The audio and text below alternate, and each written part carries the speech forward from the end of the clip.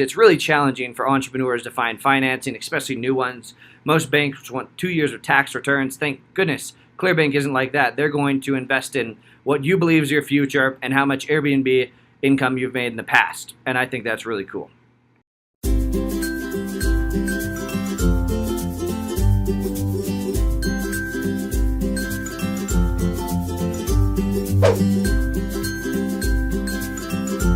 So my name is Matt Handshaking Holmes, and I got started in the real estate industry way back in 2010. I bought my first single-family home right after graduating college and rented to roommates, and it turns out that I barely had to pay anything. So that was my first experience in the real estate, and that's when I found Clearbanc. And they're allowing me to expand my real estate empire and Airbnb business. So that's a quick intro on me and my time in the real estate space. So I first got into the vacation rental business, I suppose, by renting to people off Airbnb who were coming here on vacation. And it all started when I moved into my investment property. I wanted to move into a bigger house, so I moved into a property that was an investment property and started renovating it, and learned that it had a flooding issue in the basement. So I had some roommates downstairs that were living in the basement when we learned about this flooding accident. And of course I let them out of their lease because there was water downstairs. No one's happy about it. I'm going to be out a ton of money. And once I let my roommates out of their lease, I still wanted some rental income. After all, I needed the money to fix this flooding issue, to build a $6,000 driveway to repair the side of the house that needed grading. So that's when I first became an Airbnb host, and I rented to someone else in my own house, and it was a little weird at first, but I've gotten much better at it, and now I use Airbnb at my other property that I used to live in. That one became an investment property. We have a beautiful furnished basement. People come out here to ski. People come out here to hike in the summer, and it's been pretty good. But I first got into it by originally having rental properties that I was renting the traditional way, and I've kind of learned that Airbnb can be and other vacation rental, websites that I haven't used. I've stuck with Airbnb, but been close to trying a few others sometimes. But in general, I'm a big fan of Airbnb, and now we use them because they pay a little bit better, and they supplement your vacancies a little bit as well, your long-term vacancies. Well, I like that both people get reviewed, because as a landlord, most people don't get along with their tenants, and most people don't get along with their landlord. That's a tough relationship, and I feel like having reviews and both parties know that they're going to be reviewed is great. It holds me more accountable, I'll admit it. I'm much less likely to sue you if you screw me over. I might just eat the cost, and that's kind of one of the downfalls of the reviews, is sometimes if you come for a short stay and I'm going to make a small $250 off of you, and you damage something that's $250, is challenging that worth compromising my review? My answer to that is usually not, but it all depends where you want to make your income. If you have a very part-time Airbnb business, that's great. You might be able to not, be held as accountable by the review. That sometimes goes too far and holds you to do too much, where you're not watching out for yourself, you're just watching out for your review. So I think that's some good and bad things that I like and don't like about the vacation rental business. And I would say I've grown my business less recently. I would consider myself in real estate from 2010 to 2014, and that's when I was really growing it, before Airbnb had really taken off here in Denver, and before I discovered the power behind Airbnb and vacation rentals. So I've kind of stopped growing it. I got sick of real estate. Now I'm here in my office where we do online marketing and personal branding. That Instagram photo is from breaking the world record for the longest handshake. I shook someone's hand for 46 hours because shaking hands is more fun than dealing with broken water heaters.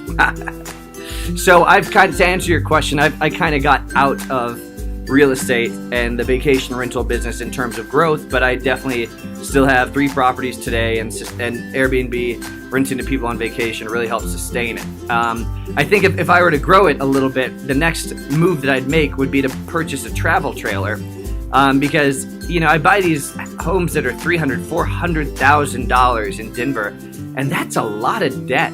Like, it's great debt. It's a really powerful asset. They appreciate sometimes $10,000 in a single month. But, at the end of the day, it's a lot to manage. I'm selling one of them right now. I think 2 is the sweet spot. I'll live in one, have roommates if I want downstairs that pay double the mortgage. And with the other property, having an investment property provides amazing secondary income and amazing stability, passive income as an entrepreneur. I'm still trying to figure out how to make money online, but things are going well. We grow every single month. And purchasing a travel trailer would be a really low-cost, high monthly cash flow. And that would totally be a vacation rental. One other thing I'd like to highlight about that is with a travel trailer, I'm not sure if I'm always going to want tenants in this tiny home that I'm going to build out of the travel trailer. And a really cool thing about the vacation rental business is you're usually not committing to someone for 12 months. As a rental property, you want that. But as a travel trailer, what if I want to go and take it to the mountains with a girlfriend or something like that? So I think that's another cool thing about the vacation rental business, and that's kind of how I'm going about it more recently. Tenants are tough. Vacation rentals can be fun if you're a good host and a considerate host. So you guys got me with that Facebook ad. There's like an airplane flying over. I'm like, whoa! All I gotta do is take out a loan and I can fly private? Just kidding. That's not what I thought. But I did click, and I learned about you guys from that Facebook ad. And I learned more about your untraditional, unconventional financing, and I really like it. As a real estate entrepreneur, I have beat to death the traditional financing. I have credit partners with the mortgages in their name. I've bought real estate with credit cards. There's been all kinds of unique ways I've used traditional financing, and there's always a point where every real estate entrepreneur ends and is maxed out, and then it's just a question of how much you want to leverage your ability to take on debt. And what I really liked about Clearbanc is they lended off past Airbnb income, and that was a stream I had not pursued before. So they could look at my past Airbnb income and not only lend off, what was coming in every month historically on my Airbnb account, but they also lended on my idea or they haven't yet. Just to be clear, I've just done a small loan through you guys, and I wanted to kind of test the waters before taking a big loan with you, because, there's lots of places to take money, and you don't want to just take it from everyone. So I'm looking forward to considering you guys for the purchase of the travel trailer. That'll be a bigger loan, somewhere a little under 20 grand. And maybe I'll be smart and just buy a very slightly used travel trailer. After all, I flip properties and remodel kitchens. If there's something small that's wrong with it, I'm sure me or one of my contractors can fix it.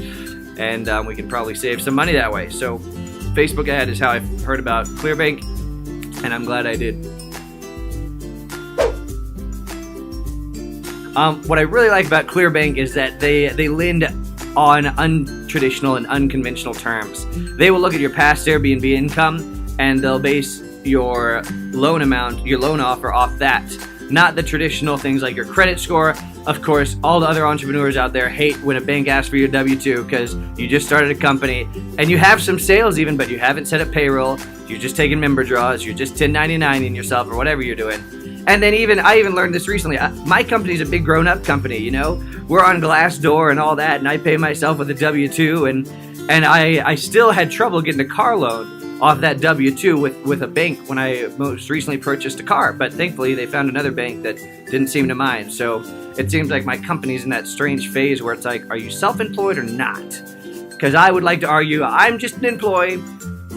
Whatever Handshaking is doing with sales is consistent enough where you can look at me as an employee, please.